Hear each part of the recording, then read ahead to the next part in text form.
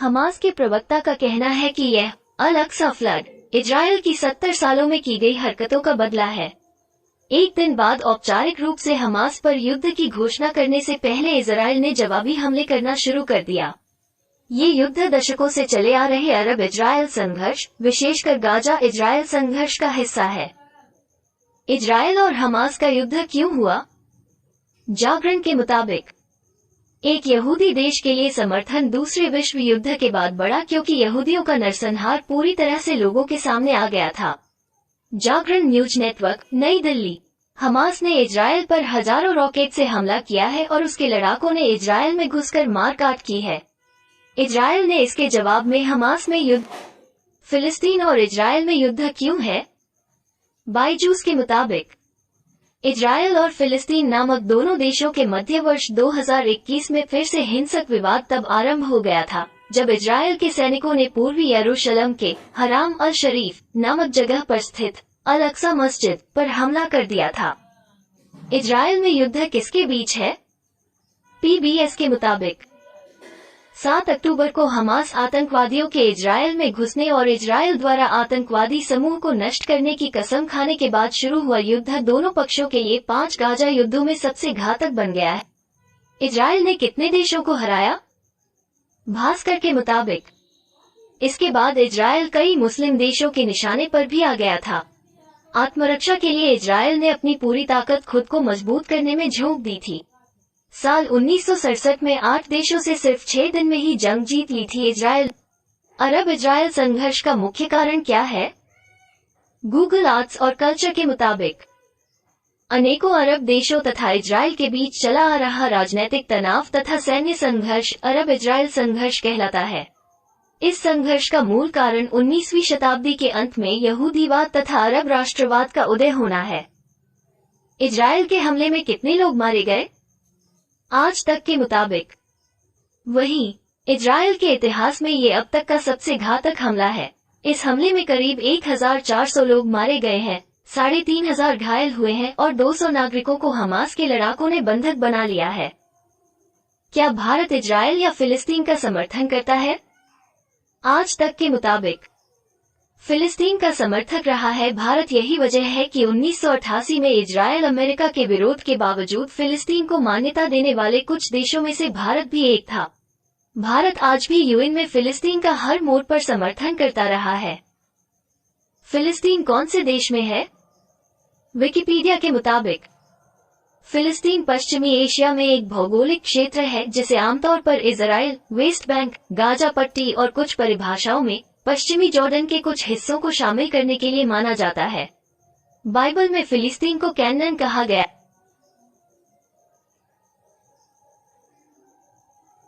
Israel यहूदी देश कैसे बना?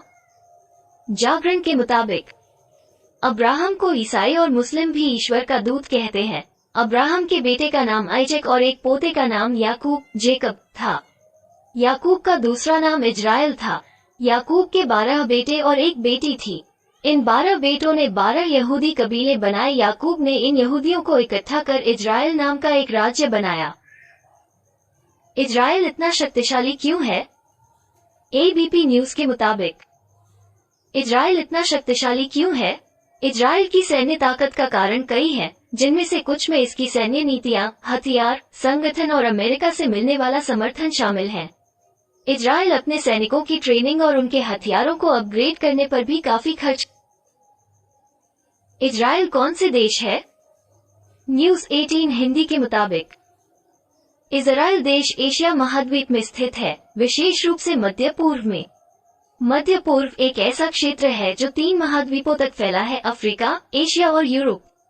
इसीलिए कई बार इजराइल को लेकर ये कंफ्यूजन भी हो जाता है कि ये अफ्रीका महाद्वीप में है। इजराइल का कुल क्षेत्रफल 22,145 वर्ग किलोमीटर 8,630 वर्ग मील है। इजराइल का दूसरा नाम क्या है? विकिपीडिया के मुताबिक याकूब का ही दूसरा नाम इजराइल था। याकूब ने यहूदियों की 12 जातियों को मिलाकर एक किया। इन सब जातियों का ये सम्मिलित राष्ट्र इजराइल के नाम के कारण इजराइल कहलाने लगा। आगे चलकर इब्रानी भाषा में इजराइल का अर्थ हो गया ऐसा राष्ट्र जो ईश्वर का प्यारा हो। इजराइल का दुश्मन कौन है? भास्कर के मुताबिक इजराइल को ये दीवार 5 दुश्मन देशों मिस्र, जॉर्डन, सीरिया, लेबनान और फलस्तीन से सुरक्षित करती है। सिर्फ इजराइल अमेरिका के पास ये टेक्निक इजराइल और अमेरिका के पास ही है। इजराइल में 1994 में फेंसिंग का काम शुरू हुआ था। इजराइल में मुस्लिम आबादी कितनी है? भास्कर के मुताबिक सिर्फ उन्हें ही यहाँ राष्ट्रीयता का हक मिलना चाहिए। संसद में बिल को पास होने में 8 घंटे लगे। पक्ष में 62 तो विपक्ष में 55 सांसदों ने वोटिंग की। इजराइल में 18 लाख अरब रहते हैं। इजराइल की 90 लाख की आबादी में 20% 18 लाख अरब मुस्लिम हैं। अरबों को भी वहाँ यहूदियों की तरह ही अधिकार दिए गए हैं। इजराइल ने भारत को क्या दिया? जी बिजनेस के मुताबिक इजराइल ने भारत को मोटारोधी उपकरण दिए थे। इसके अलावा 1965 और 1971 में पाकिस्तान के खिलाफ युद्ध में भी भारत को अरब देशों का साथ नहीं मिला, जबकि भारत उनके करीबियों में था। लेकिन उस समय इजराइल ने भारत को सैन्य साजो सामान उपलब्ध कराए। हालांकि इसके बाद भी दोनों देशों के बीच राजनीतिक संबंध शुरू नहीं हो सके। इजराइल और अरब ने कितने युद्ध लड़े? ब्रिटानिका के मुताबिक अरब इजराइल युद्ध इजरायली सेनाओं और विभिन्न अरब सेनाओं के बीच सैन्य संघर्षों की श्रृंखला, विशेष रूप से 1948-49, 1956, 1967, 1973, 1982 और 2006 में। इजराइल में कितने हिंदू हैं? न्यूज 18 हिंदी के मुताबिक इजराइल के कई शहरों में हिंदू आबादी भी है, हालांकि इनकी तादाद बहुत ज्यादा नहीं है। आंकड़ों के मुताबिक इजराइल में कुल 6,427 हिंदू रहते हैं। वहीं इजराइल में करीब 18,000 भारतीय नागरिक ऐसे हैं जो मुख्य रूप से इजरायली बुजुर्गों की देखभाल, हीरा व्यापारी, IT प्रोफेशनल्स और स्टूडेंट हैं। इजराइल कितना मजबूत देश है? आज तक के मुताबिक इजराइल को आर्थिक रूप से बेहद मजबूत देश माना जाता है। इसकी इजराइल GDP साल 2023 में $564 अरब है। वहीं इसकी प्रति व्यक्ति आय की बात करें तो ये लगभग $58,000 है, जो अपने आप में काफी ज्यादा है। इजराइल की सेना कितनी है? आज तक के मुताबिक इजराइल के पास रिजर्व फोर्स 4.65 लाख है, जबकि लेबनान के पास है ही नहीं। इजराइल के पास 8,000 जवानों की पैरामिलिट्री फोर्स है, जबकि लेबनान के पास सिर्फ 25,000 जवानों वाली पैरामिलिट्री फोर्स है। वायुसेना की बात करें तो इजराइल के पास 601 एयरक्राफ्ट हैं। इजराइल देश का धर्म क्या है? विकिपीडिया के मुताबिक यहूदी धर्म या युदावाद, जुडाइज्म विश्व के प्राचीनतम धर्मों में से है तथा दुनिया का प्रथम एकेश्वरवादी धर्म माना जाता है। इस्राएल और हिब्रू भाषियों का राजधर्म है। इस धर्म में ईश्वर और उसके नबी यानी पैगंबर की मान्यता प्रधान है। इजराइल और भारत के संबंध कैसे हैं? विकिपीडिया के मुताबिक घनिष्ठता 1992 वर्तमान दशकों की गुटनिरपेक्ष और अरब समर्थक नीति के बाद भारत ने औपचारिक रूप से इजराइल के साथ संबंध स्थापित किए जब उसने जनवरी 1992 में तेल अवीव में एक दूतावास खोला। दोनों देशों के बीच संबंध तब से फले फूले हैं, मुख्य रूप से साझा रणनीतिक हितों और सुरक्षा खतरों के कारण। क्या भारत और इजराइल दोस्त हैं? हिंदुस्तान के मुताबिक इजराइल को भी भारत पर पूरा भरोसा है। इंडियन एक्सप्रेस को दिए एक इंटरव्यू में भारत में इजराइल के दूत नोआ गिलोन ने कहा कि इजराइल हमास के साथ लंबी लड़ाई के लिए तैयार है। साथ ही उन्होंने भारत के साथ दोस्ती की भी सराहना की है। फिलिस्तीन में मुसलमानों का क्या हाल है? विकिपीडिया के मुताबिक इस्लाम फिलिस्तीन में एक मुख्य धर्म है जो फिलिस्तीनी आबादी के बहुमत का धर्म है। मुसलमानों में वेस्ट बैंक की 80-85% आबादी शामिल है, जब इजरायली बसने वालों और गाजा पट्टी की 99% आबादी शामिल है। फिलिस्तीनी मुस्लिम मुख्य रूप से शफी इस्लाम का अभ्यास करते हैं, जो सुन्नी इस्लाम की एक शाखा है। इजराइल का निर्माण कैसे हुआ? हिंदुस्तान के मुताबिक दूसरे विश्व युद्ध के दौरान यहूदियों का भारी नरसंहार और प्रताड़ना के बाद 1948 में स्वतंत्र राष्ट्र इजराइल की घोषणा कर दी गई। दुनिया भर से यहूदी आकर यहाँ बसने लगे। चारों ओर से मुस्लिम देशों से घिरे भूभाग पर एक यहूदी देश की स्थापना आसान नहीं थी।